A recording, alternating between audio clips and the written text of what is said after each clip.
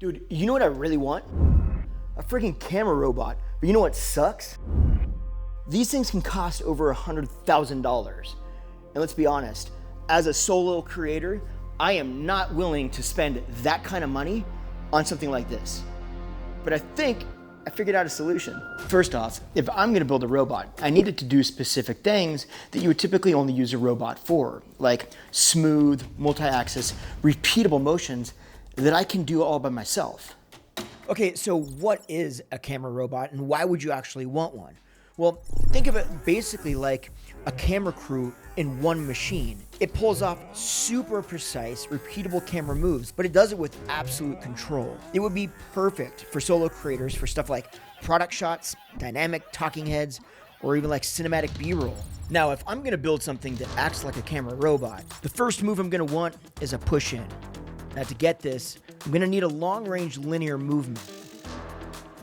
As you can see, unfortunately, this slider is just not gonna give me enough. I'm gonna need something with a little bit more reach.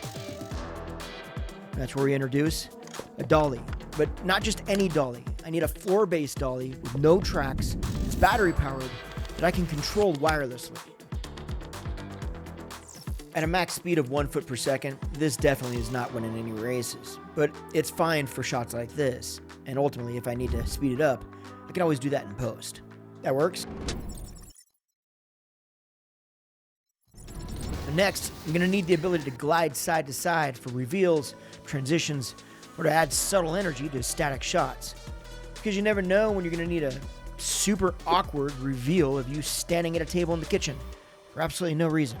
Now, if all I wanted was some short range, side to side, or push-pull movements, then I would definitely just use a slider. But for me, I wanted a lot more reach, so in this case, a dolly that doesn't need tracks is perfect. So we've got left and right, forward and back movement covered, but robots have control of far more axes, so the movements are much more dynamic. So we're gonna need to add something else.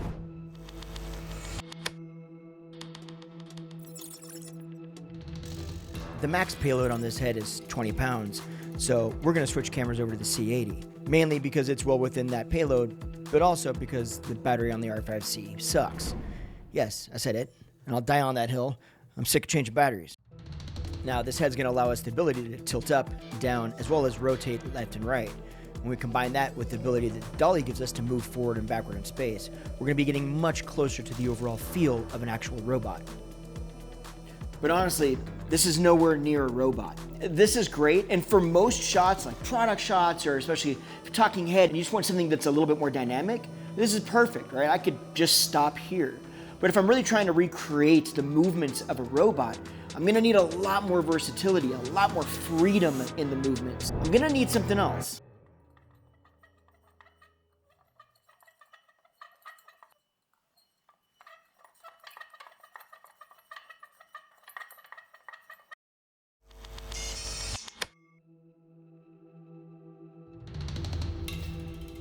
Okay, I know that was a little bit ridiculous, but that's honestly kind of how I feel about these, right? Like, technically, I have most of the movements going on. We have front and back, side to side, tilt up and down. We have a bunch more reach once we add that jib, and we can control it by an app, so I can control this without a second operator. But the biggest problem is, it's just not fast. I mean, you can see that there is nothing about this that is quick. So then it kind of begs the question, in post, can I really make this look and feel like a robot? Because if I can do that, then the speed doesn't really matter. Okay, so we've got the main movements covered, and you saw in the intro in the video that we can speed this up in post to make it feel very much like a robot. There are definitely still some things that you need to be aware of before you jump on this train, because this still is not a cheap option. Okay, so let's go over a couple of things that I learned while putting this all together that you absolutely need to know. So first off, when you're using this entire system, meaning the jib and the head and the dolly, along with a normal tripod, like this tripod right here, that's what I was using it on for a long time. It's just such a lot of gear that it's really hard to get it to move up and down and then stay level. So you definitely want to think about that before you get into this system. To combat this, I purchased the Tripod X. The pro is that it raises and lowers automatically, as well as it auto levels. The con is it costs near $4,000, or at least I thought it did. I started buying this whole system as individual parts, basically, little bundles. And when I got to the tripod, it was the last thing that I added. And at that point, when I went to look at it on the Edelkrone site, I was going to purchase it. And then I decided to reach out to them and say, hey, I've got all of these other parts and they all come within their own individual little bundles. Is there anything you guys could do that you would be willing to do to maybe create a bundle for this tripod that I'm going to add to this system? To which they explained to me there's already a bundle. It's called the Krone X.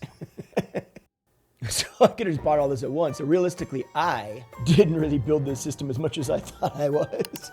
This is just something they have on their website. But to me, what makes it really cool is the idea of being able to get these really dynamic product shots, or even just talking headshots. Imagine I'm talking to you with the camera and I've got a product that I want to showcase for you. Imagine being able to have this whole system move forward towards me in space and move around that product while I'm showing you this product. To me, all of that happening in real time is very interesting.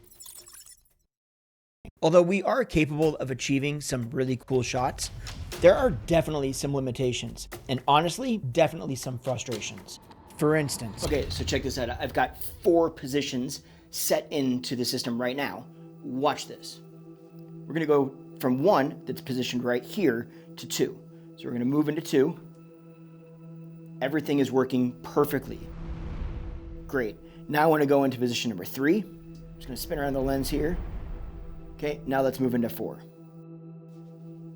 Okay, what if we could actually make this feel much more robotic and just kind of run through all of the poses on its own?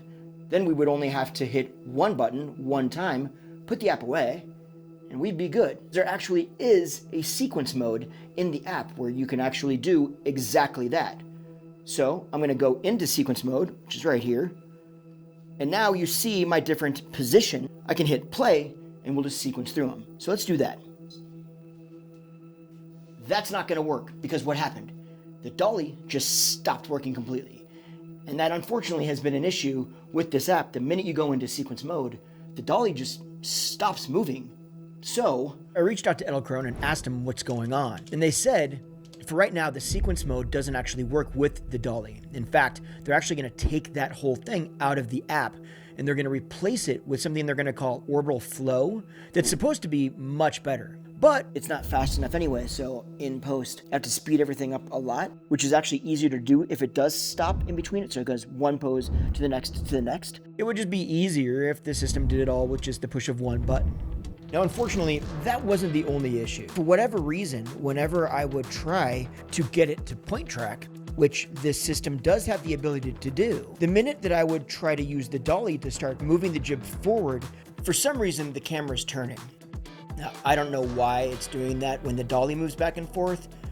Yeah, that's not gonna work. But then I came up with another idea that, to be honest, was absolutely insane, but it could work. I decided to add the Ronin 4D and the Flex system to this whole thing. Now, in theory, if this worked, then I would be able to utilize not just the high bright monitor for remote controlling, but also the Ronin's built-in tracking. So I attached the head to the jib, then I just attached the body of the Ronin to the dolly. Now, there are 2 major problems with this. 1, this adds about $8,000 to this build, and 2, it wouldn't lock on as well as I wanted it to. But while this didn't work so well for this particular application, I found something else that it actually worked really well for. The Ronin's tracking system is really good at locking onto people. So I figured, well, if I can get it to lock onto me, then I can use this whole robot system and the Ronin 4D to track me as I move around a different shot. That way, I could set the robot to move to different locations, use subject tracking to track me, and what I found is it still gives this very kind of organic handheld feel, because it does have a little bit of that shake. It's kind of a pro and a con, and I'm sure that we could balance this out with a little bit of stabilization in post, but I kind of like that look, and for these kinds of shots, I really like this as an idea. Okay, so let's kind of hash it out. Did I actually build a robot? No, I had no idea that they had a bundle. I could have just bought all at once, but that's beside the point. Now, does this system act like a robot? In some ways, yeah. Like for me, as a solo creator with the kind of stuff that I'm personally filming, I can get this to function like a robot, or at least for my purposes, for what I would want a robot for. There are definitely some drawbacks to it, like you are not gonna get the fluid movements while you're talking, right? Because we have to speed everything up post. We have to pay attention to the way that we film things so that we allow ourselves the ability to speed that up in post and not mess up the overall shot. But with that said, if it's especially a talking head kind of product shot, as you saw, they can be really dynamic. So to me, I either go out and spend $100,000 or so on a robot, or I spend still a lot of money, $6,000 to $10,000 on this system, and get 90% of the way there for 10% of the overall cost. Now, would I tell you to go do this? Absolutely, it's got to be up to you, right? Like, you have to figure out if this makes financial sense for you.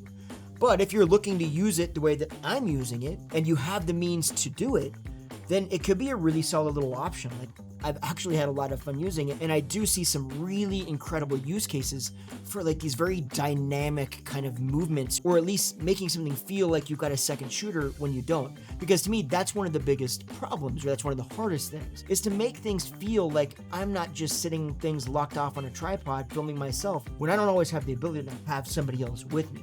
Now, hopefully all of the updates to the app will come along and this will be a lot more useful for what even I'm using it for. And I will say that if this gets to the point where it is completely mobile with one push of one button, now we're looking at something that's actually very interesting. Now, aside from all of the camera robot moves, you know what I actually have found that I kind of like this for, which is a stupid thing. I would never say buy it for this. It's this. Being able to move this around and create kind of a tripod with this, or for just being able to get very unique placements on video, right? If I wanted an overhead rig, I could easily use this as my overhead rig. Or if I wanted a shot from up in the corner of the room, right, that looks down. Normally I would have to get up there and rig up a camera and do all that. With this, I can just raise the tripod, get this up really high, have it point down, take a look at it, boom, we're golden. But again, if you're just buying it for that, then you're really, I feel like, missing the point and spending a lot of money on a glorified tripod. Pros and cons for sure. Hey, with that, I appreciate you hanging out. And if you got any value, do me a favor, hit that subscribe button. Otherwise, if you like this video, hopefully you'll like that video. Check that out. I'll see you over there. Take care now. Bye. Yeah, that's just so easy, honestly. Definitely not worth $8,000 for that, but I'm kind of a fan, I'm not gonna lie.